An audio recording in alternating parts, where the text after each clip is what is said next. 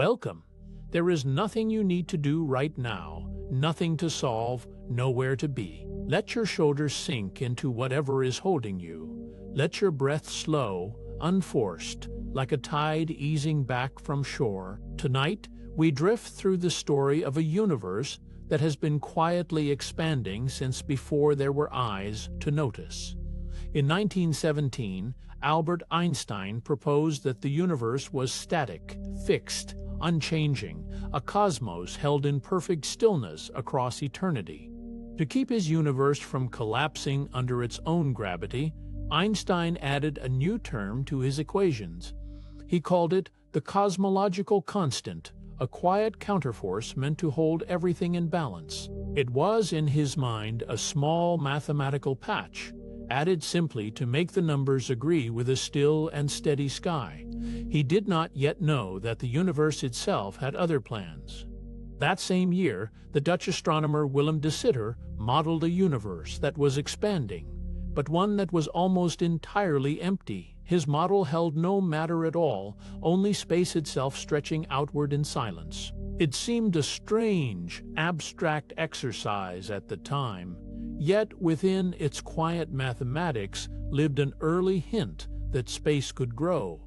In 1922, a Russian mathematician named Alexander Friedman looked at the same equations and found something different. His solutions showed a universe that could expand or contract over time, never staying still. Gravity and motion, in his numbers, were locked in a slow cosmic dance. Einstein doubted the work at first, then quietly came to accept it. 5 years later, a Belgian priest and physicist named Georges Lemaitre arrived at the same expanding conclusion, entirely on his own. He combined the mathematics of relativity with the faint observations then trickling in from distant telescopes. Lemaitre suggested that galaxies were not merely floating in space, but that space between them was gently growing. It was a quiet insight that would take years for the wider world to notice. Lemaitre went further still, imagining that the universe had once been unimaginably small. He called this origin the primeval atom, a single, dense seed from which all space, time, and matter unfolded. It was not an explosion into space, he thought, but the beginning of space itself. The idea felt, to some, more like poetry than physics. Long before these theories took shape, an American astronomer named Vesto Slipher had already been watching the sky. In 1912, he recorded the first measurement of a galaxy's light shifting toward the red end of the spectrum. At the time, no one understood what this redshift truly meant. It was simply a curious number, quietly waiting for context. Slipher kept measuring, one galaxy after another, patiently recording their light. Nearly all of them showed the same pattern. Their light was stretched toward red, as if they were moving away. Only a handful, nearby and small, showed the opposite. It was a quiet clue, sitting in notebooks for years before its meaning became clear. In the 1920s, the astronomer Edwin Hubble turned his attention to a special kind of star. Cepheid variables pulse with a rhythm that reveals their true brightness, and from that brightness, their distance. Using this method at the Mount Wilson Observatory, Hubble measured how far away certain galaxies truly were. Distances that had once seemed impossible to know slowly came into focus. By 1929, Hubble combined his distance measurements with Slipher's redshift data and found something remarkable. The farther away a galaxy was, the faster it appeared to be receding. He published this relation quietly, without fanfare. In a modest scientific paper, it would become one of the most important observations in the history of cosmology. Let your breath find its own rhythm now without steering it. Notice the exhale growing a touch longer than the inhale, the way a wave draws back further than it pushes forward. There is no pace to match, no count to keep. Each breath simply loosens what the last one left behind, and the body settles a little deeper into wherever it is resting. This relation became known as Hubble's law. It states simply that a galaxy's speed of recession grows with its distance from us. Twice as far means roughly twice as fast, a straight and elegant pattern written across the sky. What had been scattered numbers in old notebooks now formed a single, quiet rule about the shape of the universe. The Hubble constant quantifies the universe's expansion rate. It tells us how quickly space stretches over a given distance, a single number holding an enormous idea. Astronomers still refine its exact value today, adjusting it as instruments grow sharper. But its essence remains the same, a measure of how the universe grows, moment by moment, everywhere at once. Milton Humason helped measure galaxy recession velocities. Working alongside Hubble at the Mount Wilson Observatory, he spent long nights capturing faint spectra from galaxies, so dim they tested the limits of the equipment. His careful, unglamorous labor filled in the data that made Hubble's law possible. Behind every great pattern in nature, there is often someone patiently gathering the smaller pieces. Einstein called the cosmological constant his biggest blunder. Once he saw that the universe was expanding, the term he had added to keep it static seemed unnecessary, even embarrassing to him. He set it aside for decades, considering it a mistake best forgotten. Only much later would the universe reveal that this same constant, in a different form, had something real to say after all. Fred Hoyle coined the term Big Bang in 1949. He used it during a radio broadcast, and he meant it somewhat dismissively, favoring a different picture of the cosmos himself. The name was almost a joke, tossed off in passing. Yet it stuck, outliving its skepticism, and became the name the world would use for the universe's beginning. The steady-state theory proposed continuous matter creation.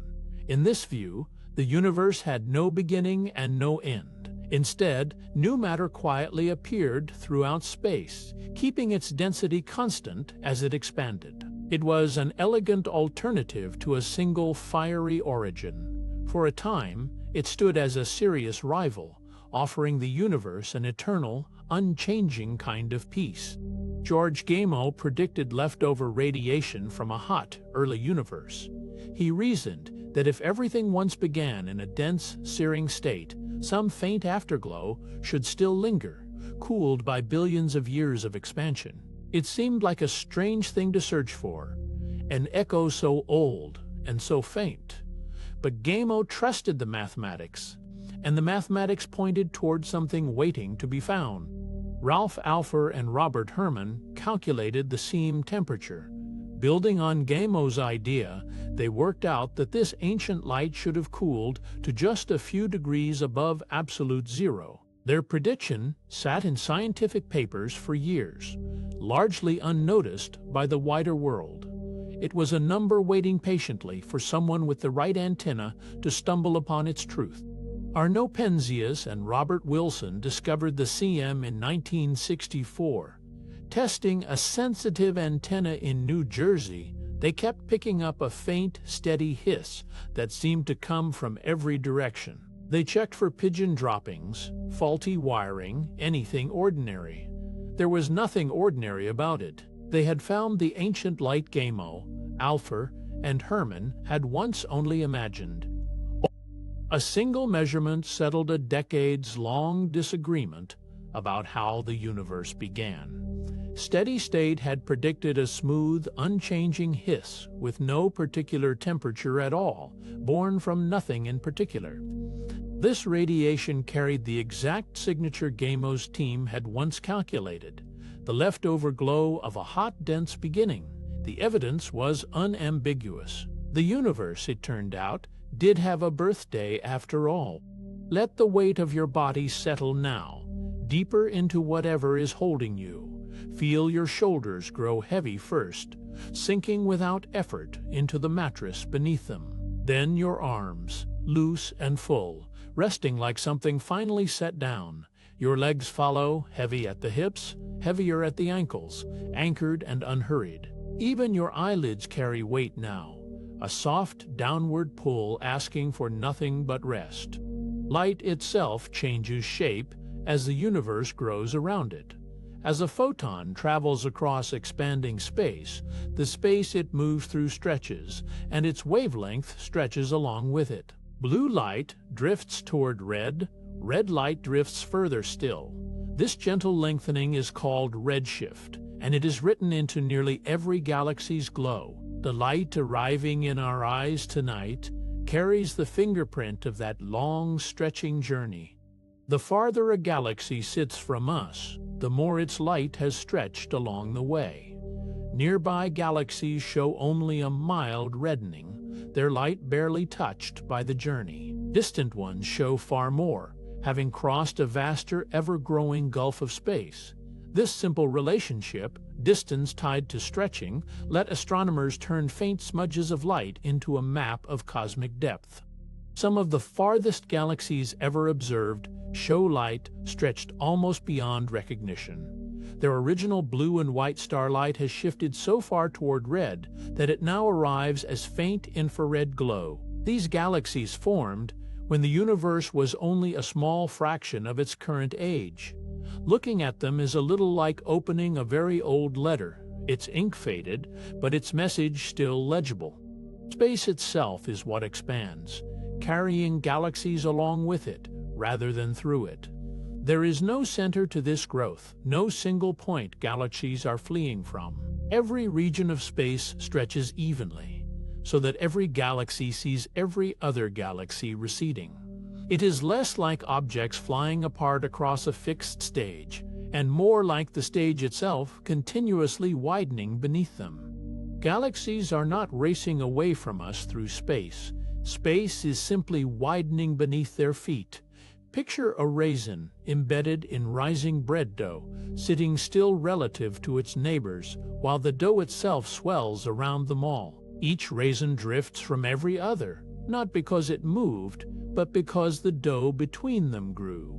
Galaxies drift apart in much the same unhurried way. This kind of growth, called metric expansion, behaves differently from ordinary motion through space. A rocket burns fuel and pushes against the emptiness around it, gaining speed the usual way. Metric expansion needs no engine and no push. It is the very fabric between 2 points growing longer. 2 galaxies can drift apart faster than light without either one ever truly moving. Cosmic inflation proposes that the universe once expanded exponentially, doubling and doubling again in an instant far briefer than a single heartbeat. Before this burst, the observable universe may have been smaller than a single atom. After it, that same region had swelled to an extraordinary scale, carrying tiny quantum ripples with it. This one brief episode may explain much about the smooth, vast universe we see today. A young physicist named Alan Guth introduced this idea of inflation in 1981. He had been wrestling with puzzles the standard Big Bang model could not fully explain, and inflation offered an elegant answer. His paper proposed a fleeting era of runaway expansion in the universe's first fraction of a second. It was a quiet theoretical leap that would go on to reshape how cosmologists picture the universe's very beginning. The universe appears strikingly flat across its largest scales, and inflation offers a reason why. Any curvature present before this expansion would have been stretched to near invisibility, the way a wrinkled balloon smooths out as it swells far beyond its original size. A small patch of space, blown up by such an enormous factor, would look flat to any observer inside it. This flatness, long a puzzle, becomes nearly inevitable when inflation enters the picture. Inflation also resolves the horizon problem, the puzzle of why distant regions of the sky share nearly identical temperatures. Without it, opposite corners of the observable universe would never have had time to exchange light or warmth, and yet the cosmic microwave background reads almost the same everywhere. If those regions had been pressed together before inflation stretched them apart, their shared temperature makes sense. Inflation lets distant corners of the sky remember a time when they were neighbors. Somewhere beyond these walls, a low hum rises and fades, wind against a window pane, or a house settling into its own weight. Let it come and go without needing to name it. Your breath can follow that same rhythm, rising, pausing, releasing, asking nothing of you in return. Let your shoulders lower a little more with each fading note. Whatever hums beyond the room will keep humming long after your thoughts have grown still, and you need not stay to hear it. Deep within that inflationary burst, tiny quantum fluctuations were stretched across the growing universe, becoming the seeds of everything that followed. These ripples, born from the uncertainty at the heart of quantum physics, left subtle variations in density from one region to the next. Where matter gathered a little more densely, gravity later drew galaxies and clusters into being. Where it thinned, vast voids opened instead. The largest structures in the universe trace their outlines back to fluctuations smaller than an atom. Before inflation, the observable universe might have fit within a region smaller than a proton. In a span of time too brief for any clock to register, that same region swelled to a size spanning many light years. This growth happened without matter moving in any ordinary sense. Space itself unfolded beneath everything within it. Such a leap from subatomic to vast is difficult to hold in the mind, yet the mathematics describing it fits neatly within known physics. The Planck epoch marks the earliest moment any physical theory can currently describe. Before it, gravity and the other forces of nature are thought to have been joined in ways no equation yet captures. Physicists reach this boundary and find their tools running out, not because nature stops, but because the mathematics of the very small and the very vast have not been reconciled. Everything after this moment grows steadily describable, everything before it remains an open question. At the Planck time, the universe was about 10 to the negative 43 seconds old, a span too brief for ordinary comparison. If the universe's full history were stretched across one day, this moment would vanish somewhere near its very first sliver of a second. No clock built by humankind has approached measuring anything so brief. It marks the smallest interval of time considered meaningful within current physics. In the universe's earliest moments, the four fundamental forces are thought to have existed as one unified force. Gravity, electromagnetism, and the strong and weak nuclear forces, so distinct in the world we know, may have been indistinguishable at those extreme energies. As the universe expanded and cooled, this unified force is thought to have split apart, each piece settling into its own separate behavior. The forces shaping stars, atoms, and light today may share a common ancestry in that first fused state. As the young universe expanded and cooled, the grand unified force is believed to have broken apart into separate interactions. Gravity is thought to have split away first, followed later by the strong nuclear force, leaving electromagnetism and the weak force joined a while longer. Each separation released enormous energy into the surrounding universe, shaping the conditions for what came next. This gradual unraveling, playing out across mere fractions of a second, set the stage for matter as we now understand it. Baryogenesis describes the process that created a tiny imbalance between matter and antimatter in the earliest universe. For every billion pairs of particles and their antimatter twins that annihilated into light, roughly one extra particle of matter is thought to have survived. That slight surplus, no larger than a whisper amid immense destruction, became the entire physical content of the universe we now inhabit. Every star, every world, every breath traces back to that narrow imbalance. Nucleosynthesis describes the forging of the universe's first elements, built directly from the raw particles left over, after the earliest fractions of a second. Protons and neutrons, once free to wander, began fusing together as temperatures dropped enough to let them stick. Hydrogen came first, then helium, formed not inside any star, but within the expanding fireball of the young cosmos itself. Almost everything heavier would wait billions of years for stars to arrive. Within minutes of the beginning, the universe had already produced most of its hydrogen and helium.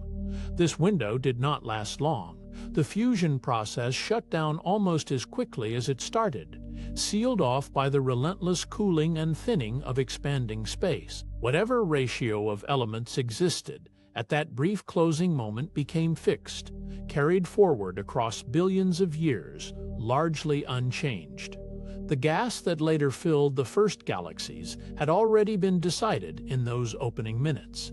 Measurements of hydrogen and helium across the observable universe align closely with what nucleosynthesis predicts. Astronomers examining ancient, unenriched gas clouds find proportions matching calculations made decades earlier from pure physics alone. Roughly 3 hydrogen atoms exist for every one made of helium, a ratio echoed from galaxy to galaxy. This agreement between prediction and observation stands as one of the sturdier pillars supporting the Big Bang model. Let warmth begin somewhere small, perhaps at the center of your chest, and let it spread from there. Feel it move outward into your shoulders, loosening what has gathered there through the day. It travels down through your arms, reaching your fingertips, leaving them heavy and unbothered. Now it drifts lower, through your stomach, your hips, sinking into your legs like something poured rather than pushed. By the time it reaches your feet, your whole body has become one long, unbroken current of warmth, asking nothing more of you than to stay right where you are.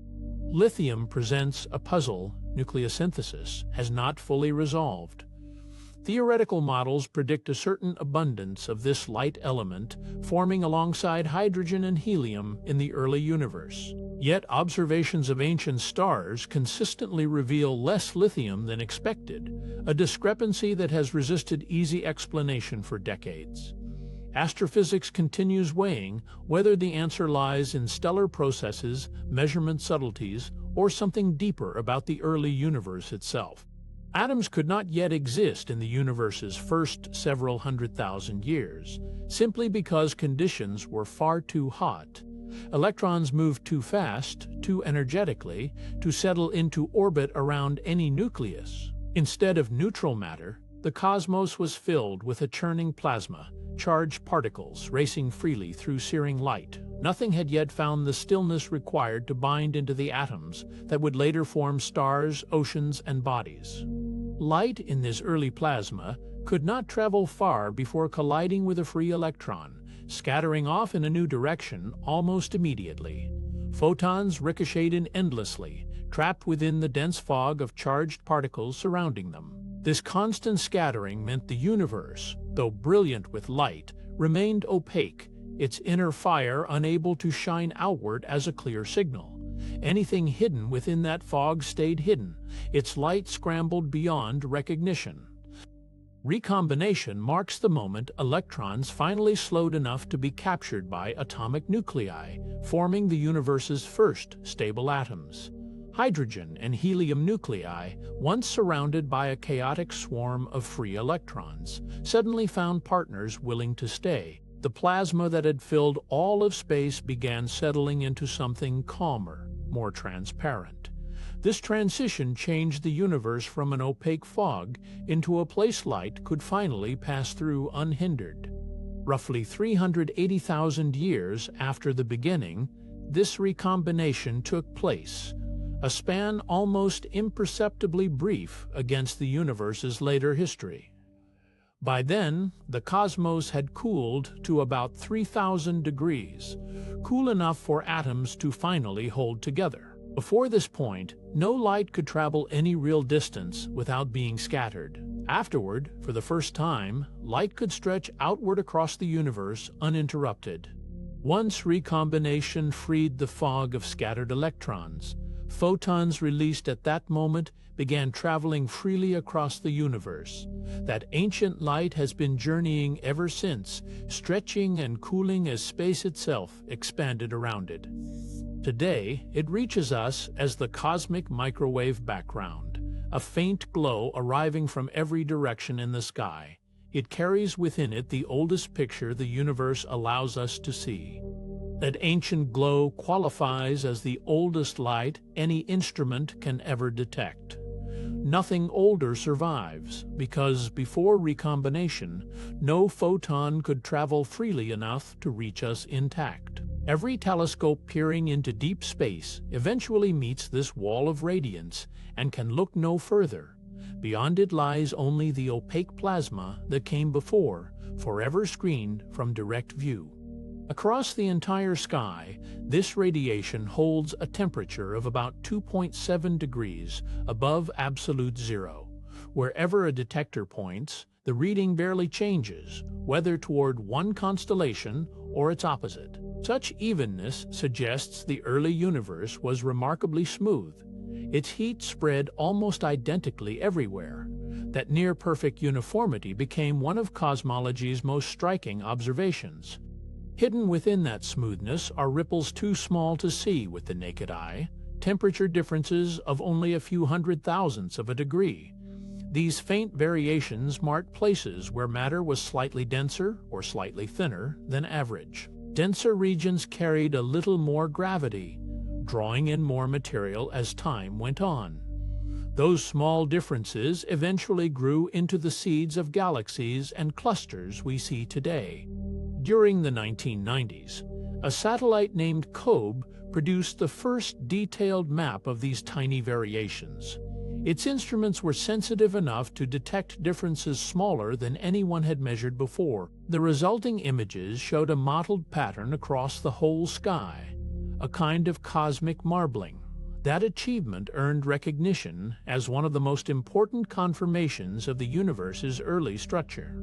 Somewhere above a quiet field, mist gathers low over the grass and does not hurry anywhere. It simply lies there, thinning at its own pace, revealing the ground beneath in patches. Your breath can move like that mist tonight, without direction, without task. Let each exhale dissolve a little more, spreading outward until it is barely there at all, and let your body rest exactly where it lies.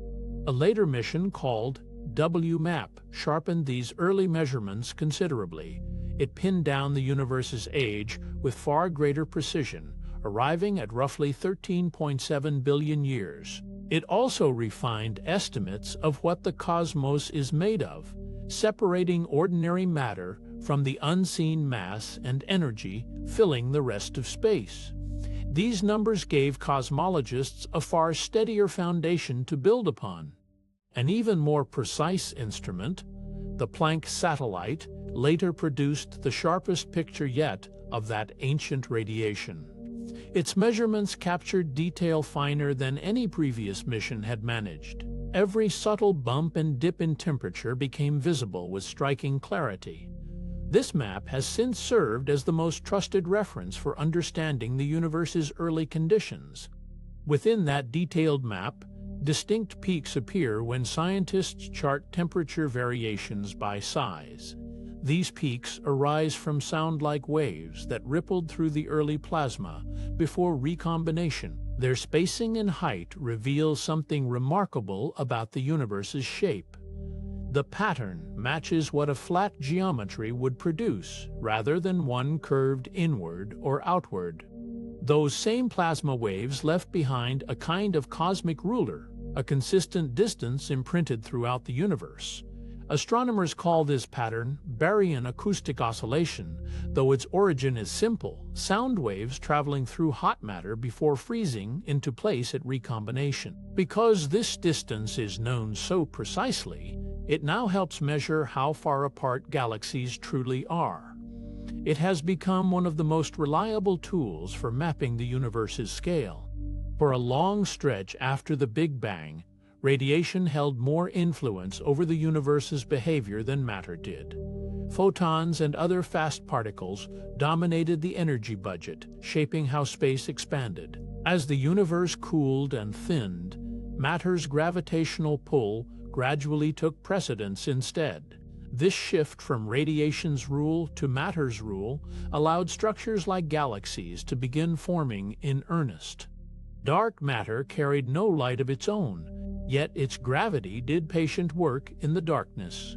Its pull gathered thin clouds of gas into denser knots, giving ordinary matter something to fall toward. Without that unseen scaffolding, Galaxies might never have gathered themselves into shape. Clusters, too, owe their form to this invisible hand, curling space around itself long before starlight existed to reveal it. Filaments of galaxies stretch across the cosmos like threads in an enormous, loosely woven cloth. Their pattern traces back to the tiniest density differences present in the infant universe. Regions slightly denser than their surroundings drew in more matter over time, growing into the great structures astronomers now call the cosmic web. Vast empty voids formed between them, leaving matter concentrated along these threads and knots. A few 100 million years after the Big Bang, the first stars ignited within these dense filaments. Gravity compressed primordial hydrogen and helium until nuclear fusion sparked to life. These early stars burned brighter and hotter than most that followed, built from pure primordial material untouched by earlier generations. Their light marked the true beginning of a luminous universe, ending the long stretch of total darkness that came before.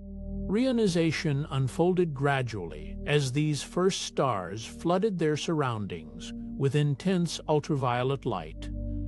That radiation stripped electrons from neutral hydrogen atoms, drifting throughout the young universe. Bubble by bubble, ionized regions expanded outward from every new star cluster.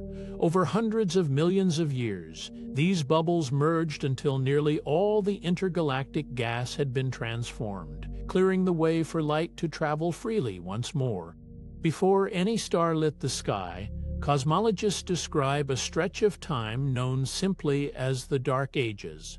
Neutral hydrogen filled the universe, absorbing what little radiation existed, leaving space largely opaque and silent. No visible light shone anywhere. Only the fading afterglow of the cosmic microwave background cooling in the shadows. This quiet interval lasted for hundreds of millions of years before the first stars finally broke the darkness.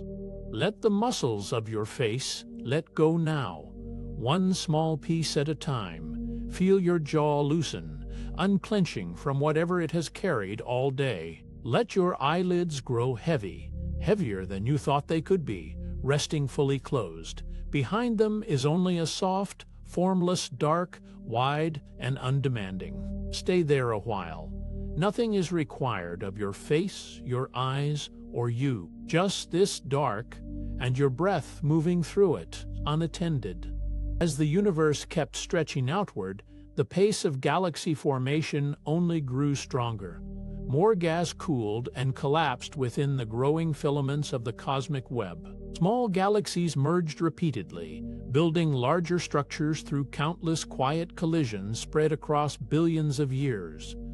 Each merger added mass and complexity, shaping the spirals, ellipticals, and irregular forms that would eventually fill the observable sky. When you look toward a distant galaxy, you are not seeing it as it is now. You are seeing light that departed its stars long ago, sometimes billions of years before Earth even existed. That galaxy has aged in the time its light spent traveling toward us. In this way, looking outward into space is also a way of looking backward through cosmic time itself. There exists a boundary beyond which no light has yet reached us, no matter how sensitive our instruments become. This is not a wall or an edge in the ordinary sense, but simply the farthest distance light has had time to cross since the universe began. Everything within that boundary makes up what astronomers call the observable universe. Beyond it, space likely continues, hidden only by time rather than by anything physical. Measured outward in every direction, the observable universe reaches a radius of about 46.5 billion light-years. This distance is larger than the age of the universe multiplied by the speed of light, because space itself has been expanding the whole while light traveled. Galaxies at that boundary have been carried far beyond where their ancient light first departed. The sphere we can see is simply the portion time has allowed to reach us. Beyond that boundary of light, more universe likely stretches on, unseen only because its glow hasn't had time to arrive. Cosmologists estimate the true extent could be many times larger than what we observe, perhaps vastly larger still. Some calculations suggest the whole may be near endless, folding back on itself in ways too subtle to measure. What we call the observable universe may be only a modest fraction of everything that exists. Older light, gathered from deeper distances, carries a heavier redshift than anything nearby. As expansion continues, light traveling longer distances gets stretched further toward red and infrared wavelengths. The earliest galaxies we detect appear almost entirely in infrared light, their visible glow stretched beyond ordinary sight. This is why telescopes built to study the earliest universe are tuned to infrared rather than visible light. The deeper astronomers look, the redder the universe becomes. Type Ia supernovae explode with nearly identical brightness across the universe. These stellar explosions occur when a white dwarf star crosses a critical mass threshold, triggering a runaway thermonuclear reaction. Because that threshold is fixed by physics, the resulting explosions release almost the same intrinsic light every time. Knowing their true brightness, astronomers can judge distance simply from how dim the light appears. This makes them dependable markers across billions of light-years. Distance across the cosmos, once nearly impossible to measure, became precise with standard candles. By comparing how bright an object truly is to how bright it appears, astronomers calculate exact distances to remote galaxies. This method extended the cosmic distance ladder far beyond what Cepheid stars alone could reach. Type Ia supernovae, visible across billions of light-years, became its farthest and steadiest rung. Their light lets scientists map the universe's expansion history with real clarity. In 1998, two independent teams of astronomers reached the same startling conclusion. Both groups had set out to measure how much gravity was slowing the expansion of the universe. Instead, their supernova data showed something unexpected. Distant explosions appeared fainter, meaning farther away than predicted.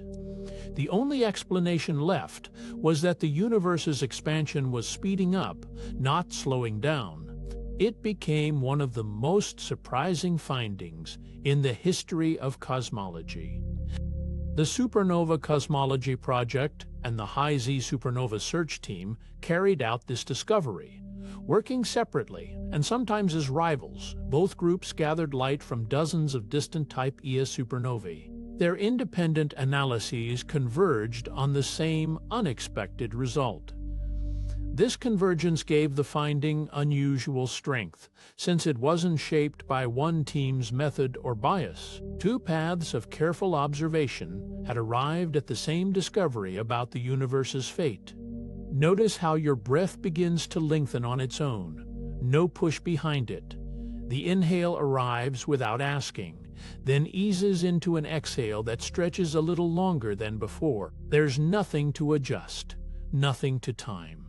Each breath falls further, like a tide drawing back a little more with every pass. Let this next exhale run longer than the last, and rest inside the stillness that follows it. Saul Perlmutter, Brian Schmidt, and Adam Riess received the Nobel Prize in Physics in 2011. The award recognized their leadership in uncovering the accelerating expansion through supernova observations. Perlmutter had directed the Supernova Cosmology Project, while Schmidt and Riess led the High Z Supernova Search Team.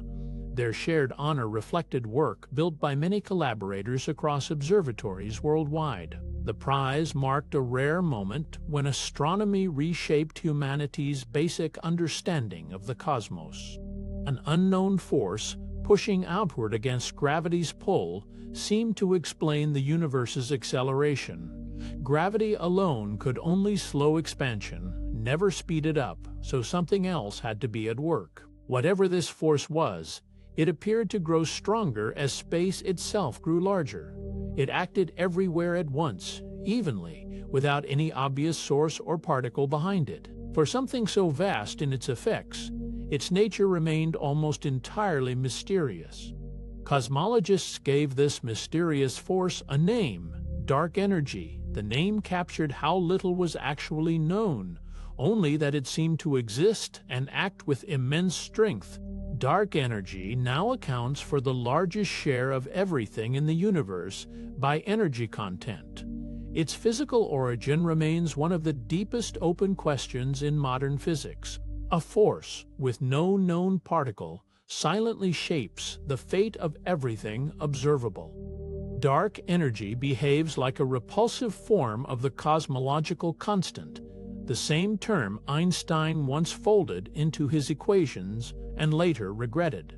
Where gravity draws matter together, this constant pushes space apart evenly at every point at once. Unlike matter or light, its density does not thin as the universe grows. It fills each new volume with the same steady tension. That strange constancy is part of what makes it so hard to explain. Roughly 68% of the universe's total energy content takes the form of dark energy. That single figure now stands as the largest slice of the cosmic ledger, larger than all matter combined. It was almost entirely unknown before the supernova surveys of the late 1990s. Today, it defines the dominant behavior of cosmic expansion at large scales. Most of what shapes the universe's fate remains something we can measure, but not yet touch. Dark matter accounts for roughly 27% of the universe's contents. It neither emits nor absorbs light, yet its gravity shapes how galaxies spin and how clusters hold together. Its presence was inferred long before dark energy entered the picture, through the motions of stars that gravity alone could not explain. Together with dark energy, it leaves ordinary matter as only a small remainder. Most of the universe, it seems, is built from things we cannot directly see. Ordinary matter, the stuff of stars, planets, and every living thing, makes up only about 5% of the universe. Everything ever observed through a telescope, every atom in every body, belongs to this small fraction. The rest remains dark matter and dark energy, both known mainly through their gravitational and expansive effects. It is a humbling ratio, learned slowly over the past century. What we call the physical world turns out to be the smallest part of everything. A single parameter, written simply as the letter W, describes how dark energy's pressure relates to its density. Cosmologists use it to test different theories of what dark energy actually is. A value near -1 matches the behavior expected from a constant, unchanging vacuum energy. Departures from that value would hint at something more dynamic, underlying the acceleration. This modest symbol carries enormous weight in shaping models of the universe's future. A cosmological constant corresponds to an equation of state value of -1 exactly. This is the simplest possible form dark energy could take, a fixed vacuum energy woven into space itself. Under this model, dark energy neither strengthens nor weakens as the universe ages. Many observations so far align closely with this value, though not perfectly. It remains the leading candidate, even as its physical explanation continues to elude physicists. Certain models propose that dark energy strength has shifted across cosmic history rather than staying fixed. If true, the force driving acceleration today might differ subtly from what it was billions of years ago. Testing this idea requires extraordinarily precise measurements across vast distances and times. So far, the data neither confirm nor rule out such change. The question of whether dark energy evolves remains open, patiently awaiting better evidence. Let the weight of your body settle now, one part at a time. Feel your feet grow heavy first, sinking into the mattress as though they no longer need holding up. Let that heaviness rise into your calves, then your thighs, each part releasing a little more of its effort. Your hips grow heavy, your back grows heavy, pressing gently into the surface beneath you. Let your shoulders sink, let your arms sink, let your head rest fully supported. there is nowhere lighter to be than here, fully held by what is beneath you. Quintessence describes a hypothetical, dynamic form of dark energy, one that could change in strength as the universe evolves. Unlike a fixed cosmological constant, quintessence would arise from an evolving field spread through space. Its energy density could shift slowly over billions of years, subtly altering the pace of expansion. No direct evidence for such a field has yet been found. It remains a graceful possibility, one among several ways nature might explain the acceleration. Phantom energy models suggest dark energy could grow stronger with time rather than remain steady. Under this idea, expansion would keep accelerating at an ever-increasing pace without limit. Such a scenario carries dramatic long-term consequences for the fate of galaxies and matter itself. Current observations show no clear sign of this intensifying trend. Still, the possibility lingers at the edge of cosmological models, a quiet reminder of how much remains uncertain. A puzzling gap separates two of the best ways scientists have to measure how fast the universe expands. Both methods rest on careful observation, refined over decades. Yet they arrive at numbers that do not quite agree. The difference is small, but persistent, and it has resisted every attempt to explain it away. For now, the discrepancy remains one of cosmology's most closely watched open questions. Cepheid variable stars pulse with a rhythm tied directly to their true brightness, letting astronomers use them as reliable distance markers in nearby galaxies. Chaining these markers together, teams building on Hubble's original method arrive at a higher value for the expansion rate. This ladder of measurements, star by star and galaxy by galaxy, has been refined for nearly a century. Its result stands slightly above the number found by other means. Measurements drawn from the faint afterglow of the early universe tell a different story. Using the detailed map made by the Planck satellite, cosmologists calculate the expansion rate by studying tiny patterns frozen into that ancient light. This method reaches back nearly to the beginning of time itself.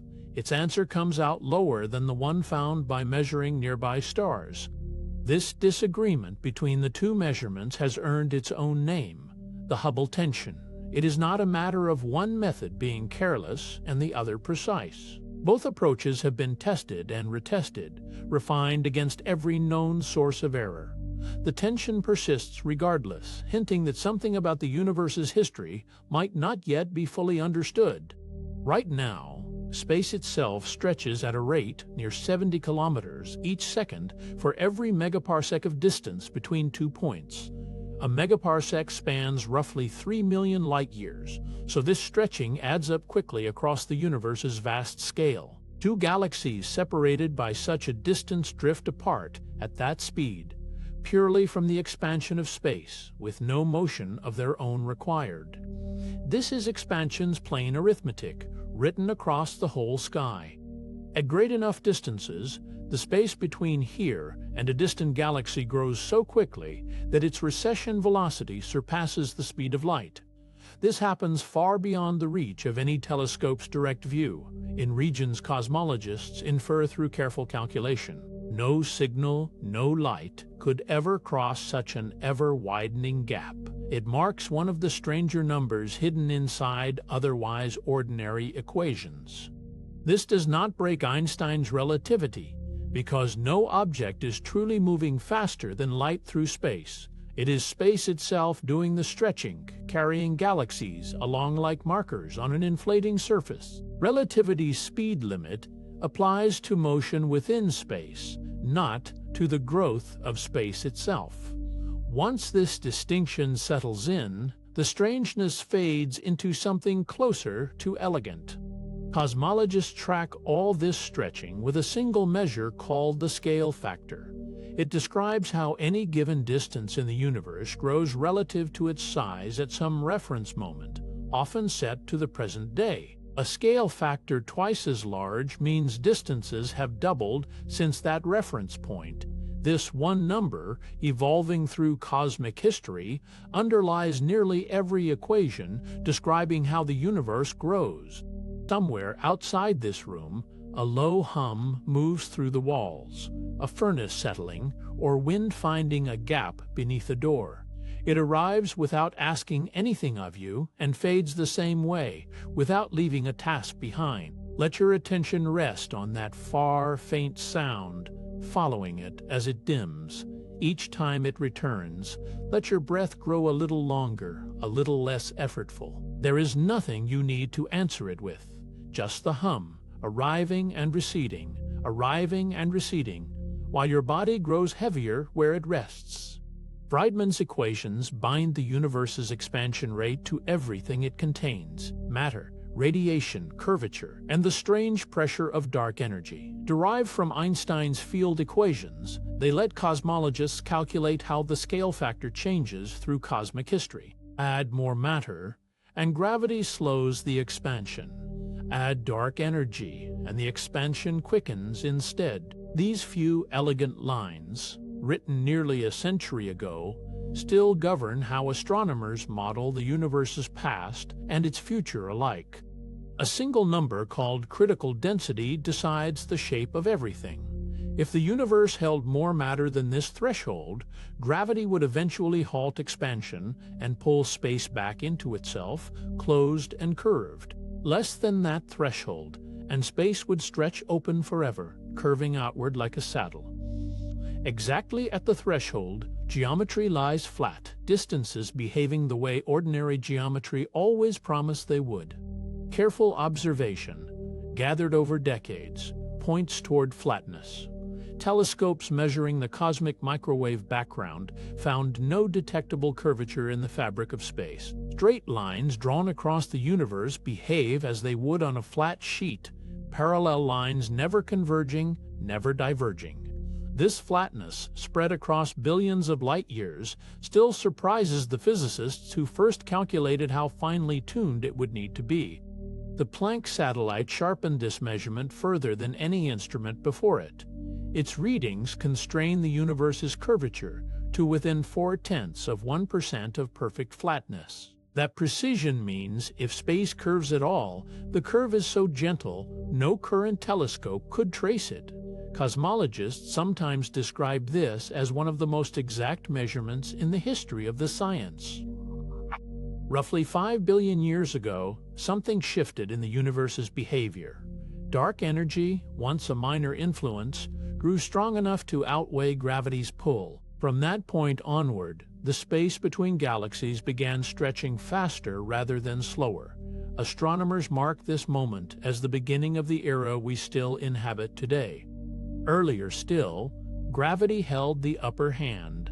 Matter's collective pull worked against the outward stretch of space, slowing the rate at which galaxies moved apart. For billions of years, expansion continued, but always with gravity applying gentle resistance. The universe, in that long stretch of time, was decelerating, even as it grew. Cosmologists gave this turning point a memorable name: the cosmic jerk.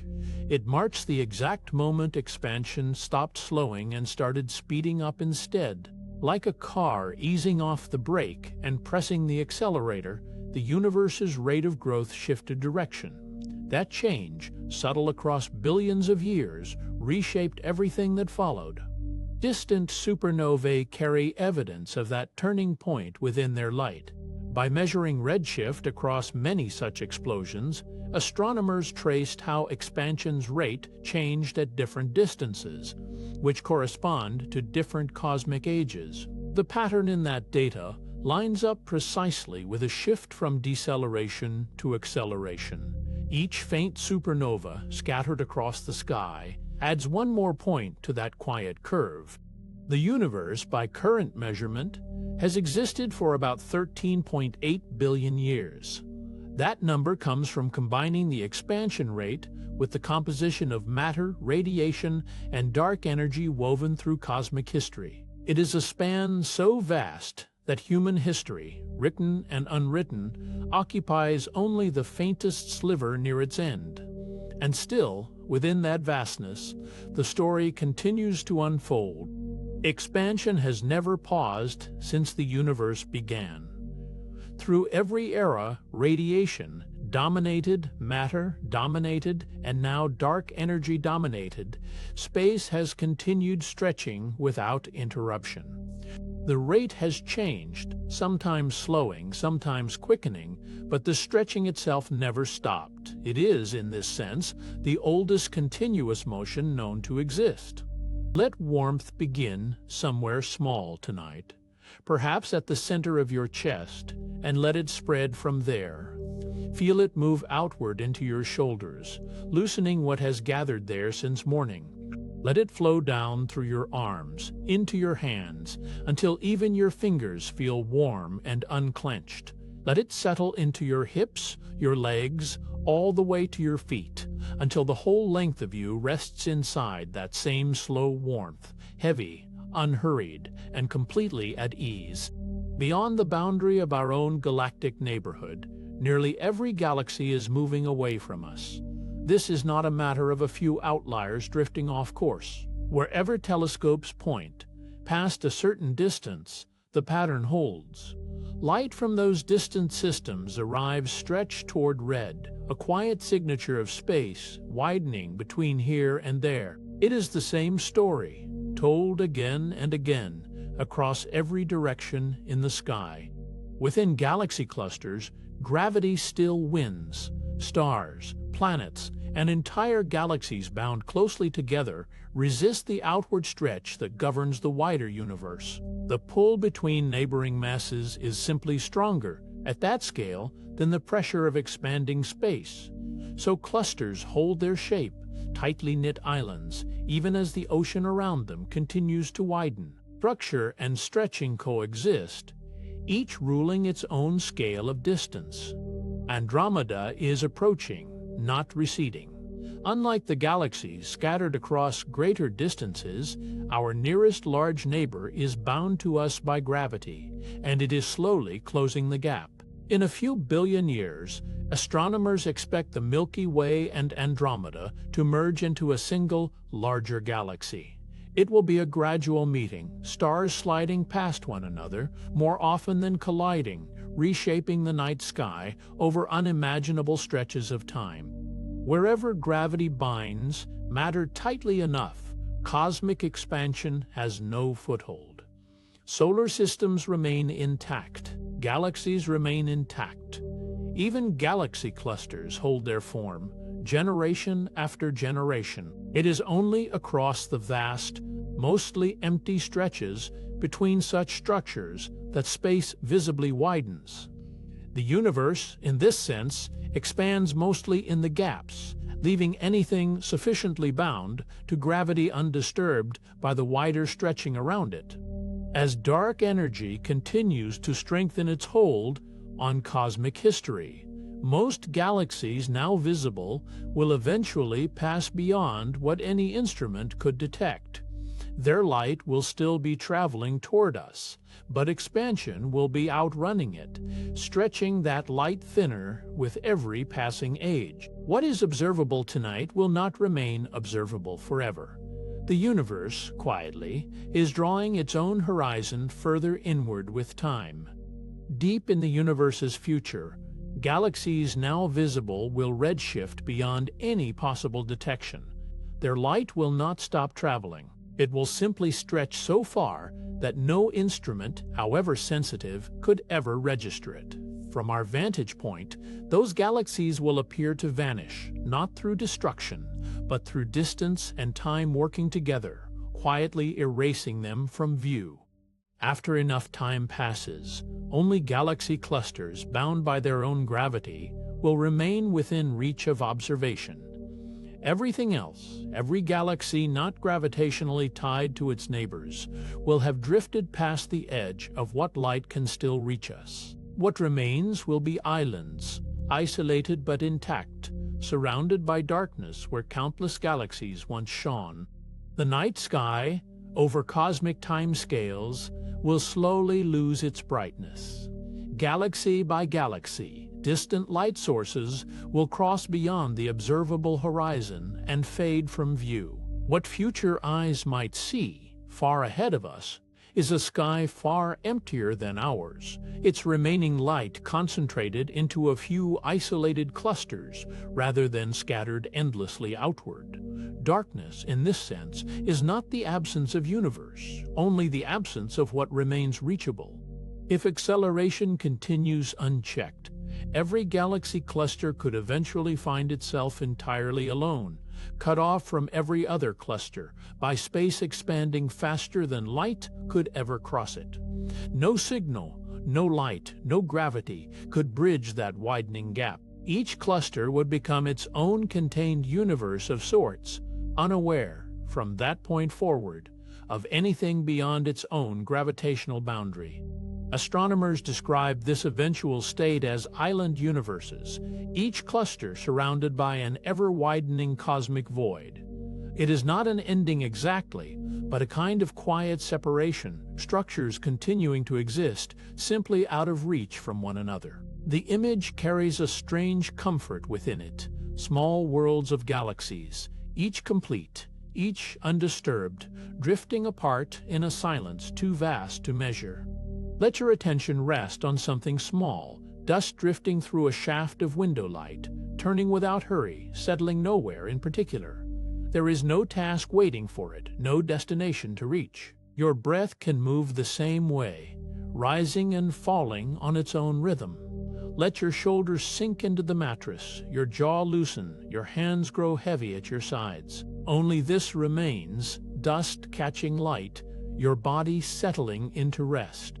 Galaxies will gradually exhaust the gas clouds that once fed their nurseries of stars. Star formation depends on hydrogen, and that supply thins even across cosmic scale. As galaxies age, their reservoirs of cold gas grow sparse, and fewer new stars ignite within their spiral arms. Over billions of years, this decline will turn every bright active disk into something dimmer and more settled. This present age of the cosmos carries a name, the Stelliferous Era, the time when stars dominate the sky. It began once the first stellar furnaces ignited, and it continues now, filling galaxies with light. Nearly all the starlight ever seen, including our own sun's glow, belongs to this era. It is, in cosmic terms, a relatively brief chapter, though it spans trillions of years. Gas reservoirs across the universe will eventually run dry, ending star formation altogether. Without fresh hydrogen falling into galactic disks, no new stars can be born. Existing stars will continue burning, but nothing will replace them once their own fuel runs out. This marks a turning point, the moment galaxies stop growing brighter and begin only fading. Red dwarf stars will keep burning long after their larger, brighter neighbors have died. These small stars burn their hydrogen with such restraint that a single one could shine for trillions of years. Massive stars exhaust their fuel and vanish within mere millions of years, but red dwarfs draw on their reserves gradually. Long after the last blue giant fades, red dwarfs will still glow, dim and steady, across a darkening universe. The last stars are expected to fade roughly 100 trillion years from now. By then, every red dwarf will have finally spent its hydrogen. No new stars will ignite to replace them, since the raw material for star birth will be gone.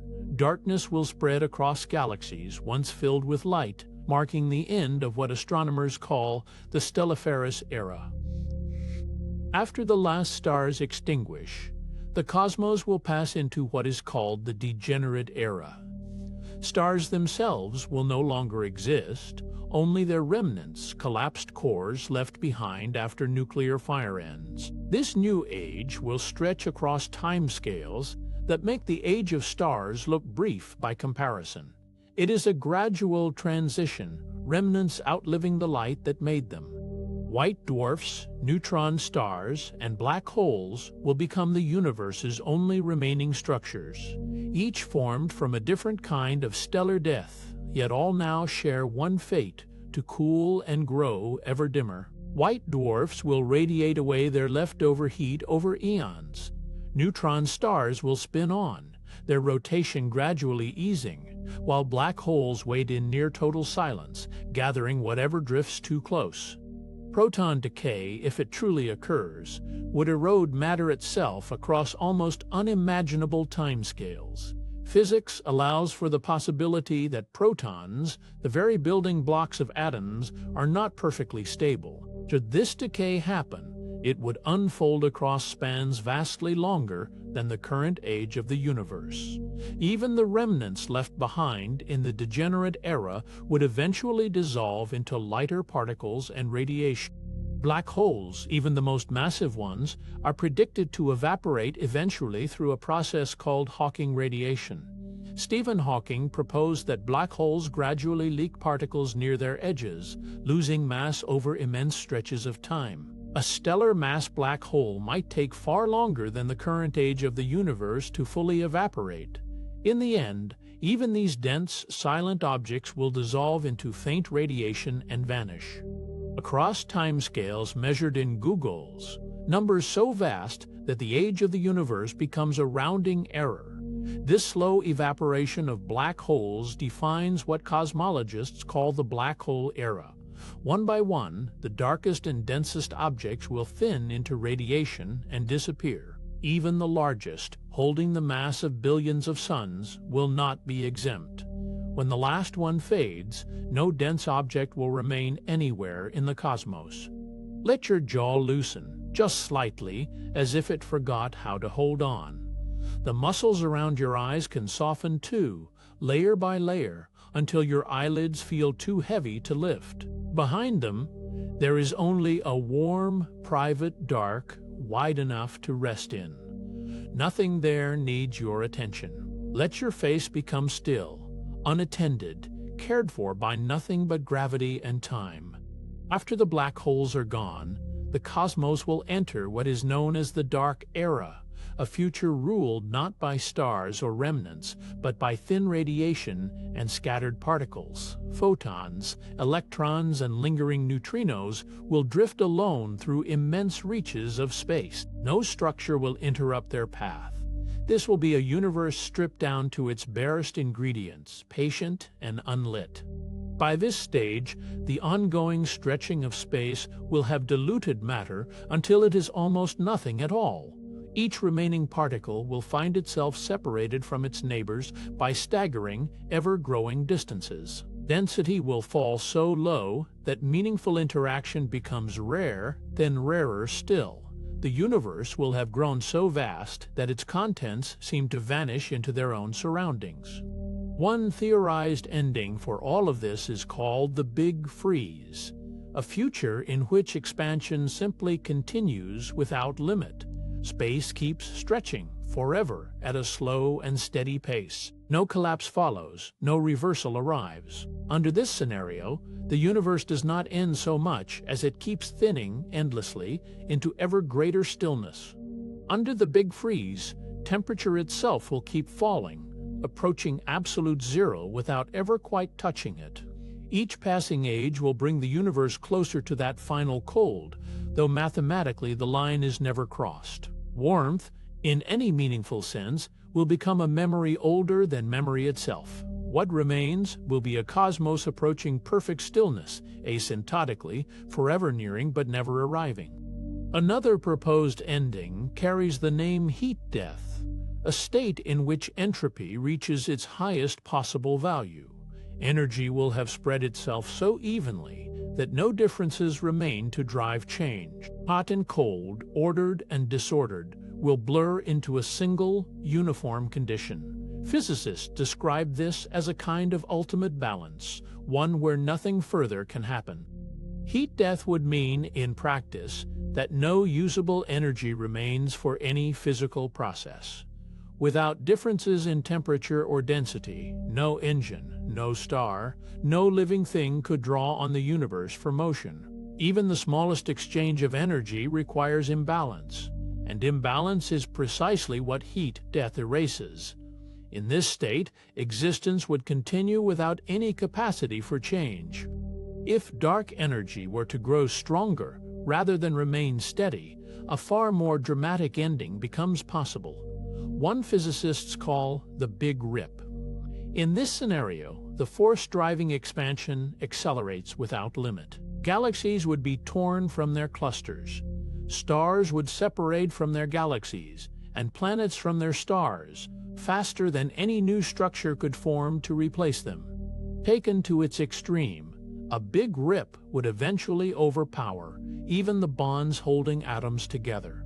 The same stretching that separates galaxies would, in this scenario, reach down into matter itself. Electrons would be pulled from their nuclei. What once held firm at the smallest scales would give way to the same expansion, reshaping the largest. Nothing bound would remain bound. Even the particles that make up atoms would not escape a Big Rip's reach. Electrons, quarks, the tightly bound cores of nuclei, all of it depends on forces holding pieces close together. If expansion overwhelmed those forces entirely, matter would unravel at its smallest level. Nothing would remain intact enough to call a thing. A weakening of dark energy points toward a very different outcome. Should the force-driving expansion lose strength over time, gravity could eventually reassert itself as the dominant influence. Galaxies, still bound by mutual attraction, would begin drawing back together. Expansion would slow, stop, and then reverse. The universe folding inward instead of spreading outward. Let the weight of that idea settle without needing to be solved tonight. Whether the universe spreads forever or one day folds back inward, neither future asks anything of you right now. The body does not need to know the ending of the story to rest inside it. Let the shoulders drop a little further into whatever is holding you. Let the jaw soften, the hands loosen, the whole frame sink one small degree deeper than before. Follow the breath as it moves in, and then follow it further as it moves out. Notice how the exhale, left alone, tends to stretch a little longer each time. There is no need to shape it, only to let it lengthen on its own. Each release carries a small weight away from the chest, from the shoulders, from behind the eyes. Let the next breath arrive whenever it wants to. Should contraction take hold, cosmologists have a name ready for it, the Big Crunch. In this vision, all the space that once expanded would gather itself back together. Galaxies would draw nearer, then merge, then dissolve into denser and denser states. Temperatures would climb instead of fall, running the story of the early universe backward toward its beginning. Measurements gathered so far favor a different future than collapse. Supernova surveys, mapped across billions of years, continue to show acceleration rather than slowing. Dark energy, as best current instruments can tell, shows no sign of fading. The universe, by the evidence available now, appears set on spreading outward indefinitely rather than turning back. Certain models imagine a universe that never truly ends, but repeats. In these cyclic pictures, expansion and contraction alternate endlessly, one big bang followed eventually by another. Each cycle might stretch across trillions of years, vast beyond ordinary imagining. The universe in this view breathes in slow, immeasurable rhythms, rather than living a single story from start to finish. One such idea, called conformal cyclic cosmology, imagines the end of one universe becoming the beginning of the next. As expansion stretches everything toward emptiness, the physicist Roger Penrose proposed that this emptiness could itself become a new Big Bang. Scale would lose meaning at such extremes, allowing an ending to fold seamlessly into a fresh start. The universe, in this picture, never truly stops. A different kind of ending involves not stretching or collapsing, but a sudden shift in the fabric of empty space itself. Physicists describe our vacuum as possibly sitting in a false temporary state rather than its lowest, truest one. Should conditions ever allow a transition to a lower energy vacuum, the change could ripple outward, rewriting the rules that govern matter wherever it reaches. If such a transition occurred, a bubble of true vacuum could expand outward at nearly the speed of light. Anything the bubble's edge touched would be reshaped instantly, its particles and forces rearranged according to new physical laws. Nothing inside that boundary would resemble the universe as it existed a moment before. The change, once begun, would outrun any possibility of escape. This scenario, known as false vacuum decay, remains firmly in the realm of theory. No observation has ever hinted that such a transition is underway, or even likely. It survives in physics as a mathematical possibility, a consequence of equations rather than evidence. For now it stays a quiet thought experiment, offered without any sign that it describes our actual fate. Eternal inflation, a variant of inflationary theory, suggests that expansion never fully stopped everywhere at once.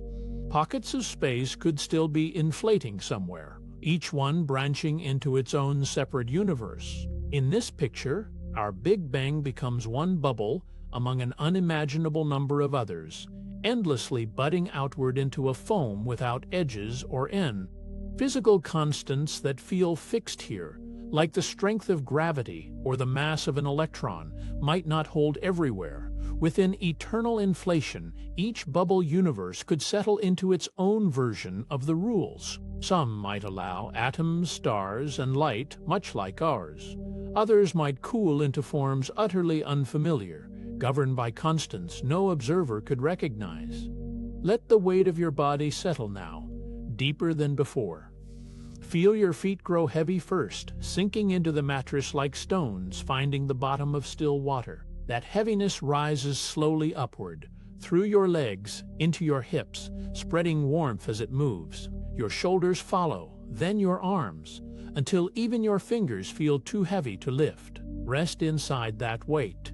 It asks nothing of you but to stay. No telescope built or imagined could reach beyond our own universe to confirm another exists. The multiverse remains a mathematical extension of inflation's equations rather than a directly observed place. Cosmology may never gain a way to test it. It stays for now, an idea supported by internal consistency alone, waiting patiently outside the reach of instruments. Certain theoretical frameworks propose that the cosmological constant, so uniform within our observable universe, might not be uniform everywhere. Across unimaginable distances or across separate bubble regions, its value could shift. Such variation would leave no visible trace inside our own horizon. The idea remains speculative, a possibility drawn from equations that allow for more diversity than we can currently see. Why does the cosmological constant sit at such a small, seemingly delicate value, allowing galaxies and stars to form at all? Anthropic reasoning offers one answer. Perhaps only universes with constants, gentle enough for structure to survive, could ever contain someone to notice them. It is not a proof, but a way of framing the question, born from the simple fact that we are here to ask it. Somewhere beneath the earliest fraction of a second lies a regime where gravity and quantum mechanics must work together, and no complete theory yet describes it. Quantum gravity aims to fill that gap, to explain what happened when the universe was smaller than any particle we know. Physicists continue refining candidate theories, each attempting to describe a moment so extreme that ordinary physics quietly falls silent. String theory imagines that every particle, from electrons to quarks, is really a tiny vibrating strand of energy, far too small to ever be seen directly. Different vibrations would produce different particles, unifying gravity with the other forces under one mathematical structure. It remains one candidate among several, elegant in its mathematics, still awaiting any experiment capable of confirming its extra, hidden dimensions.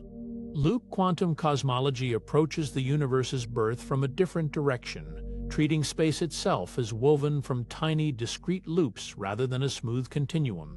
In this framework, the extreme density of the Big Bang might not be a true beginning at all, but a turning point. Some versions describe it instead as a big bounce, where contraction gave way to expansion.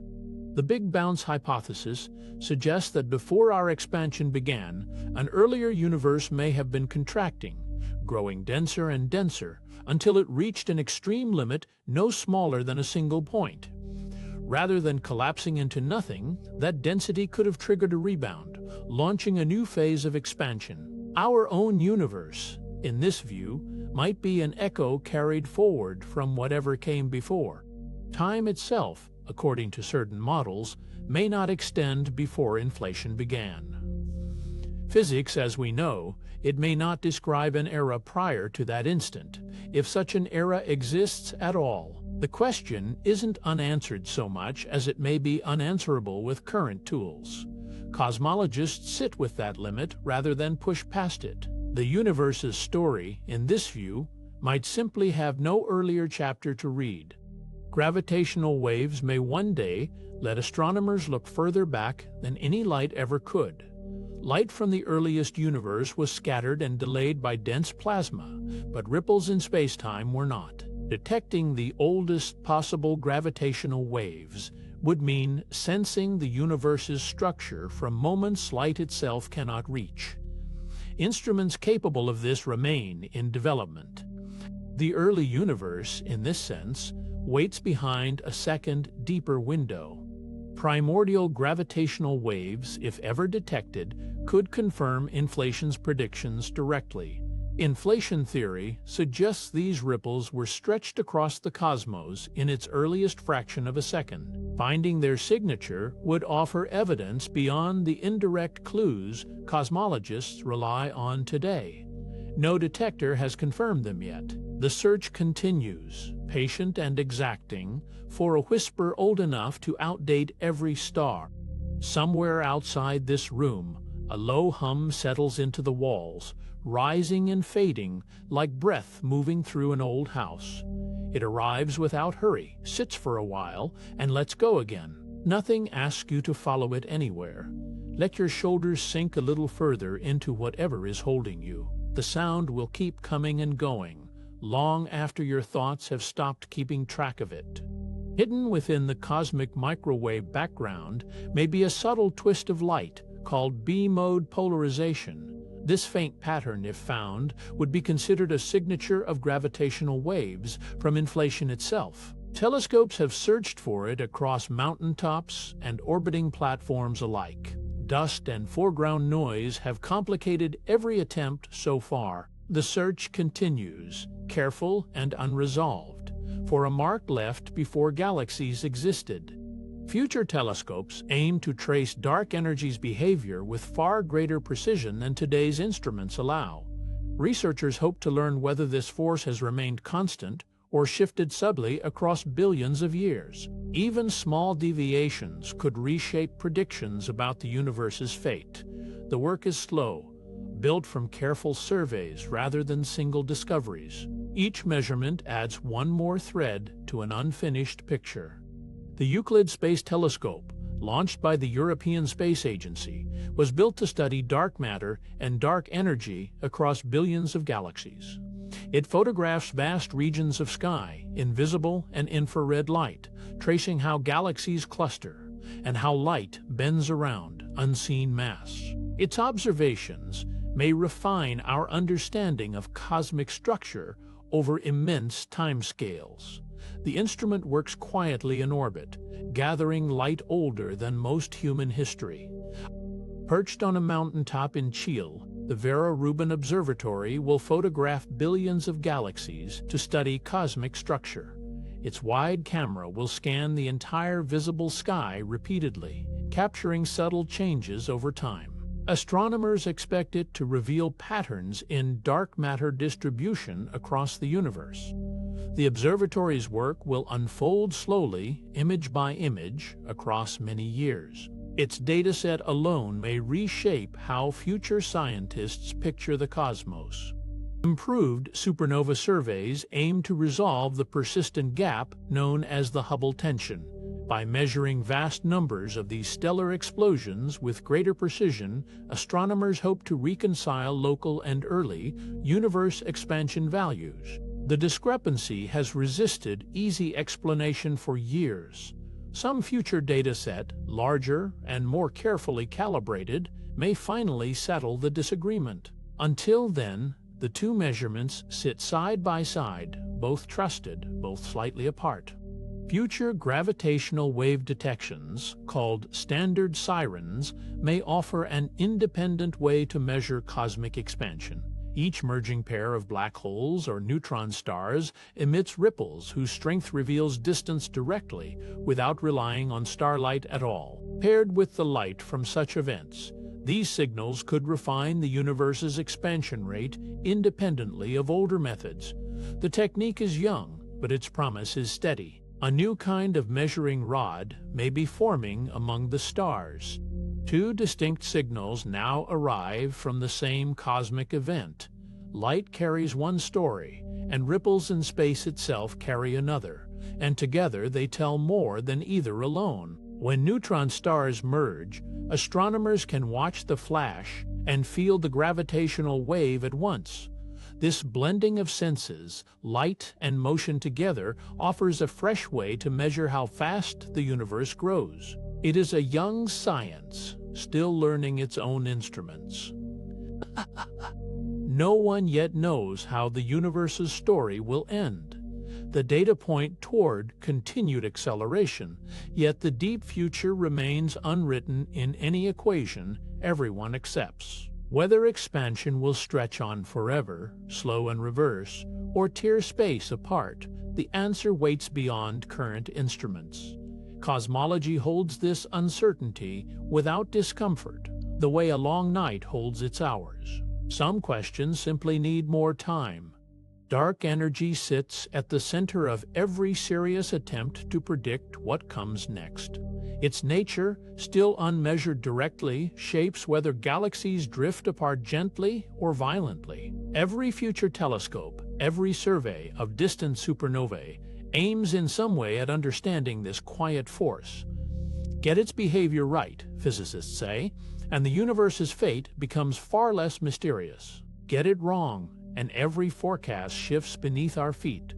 And so the story continues, written a little further with each new observation. From a static universe once imagined as eternal and still, to a cosmos now known to be swelling, cooling, aging, our understanding keeps widening like the space it describes. You have carried a small piece of that story tonight, resting beneath light that traveled farther than any road. The universe keeps expanding. You may simply rest and let it. Good night.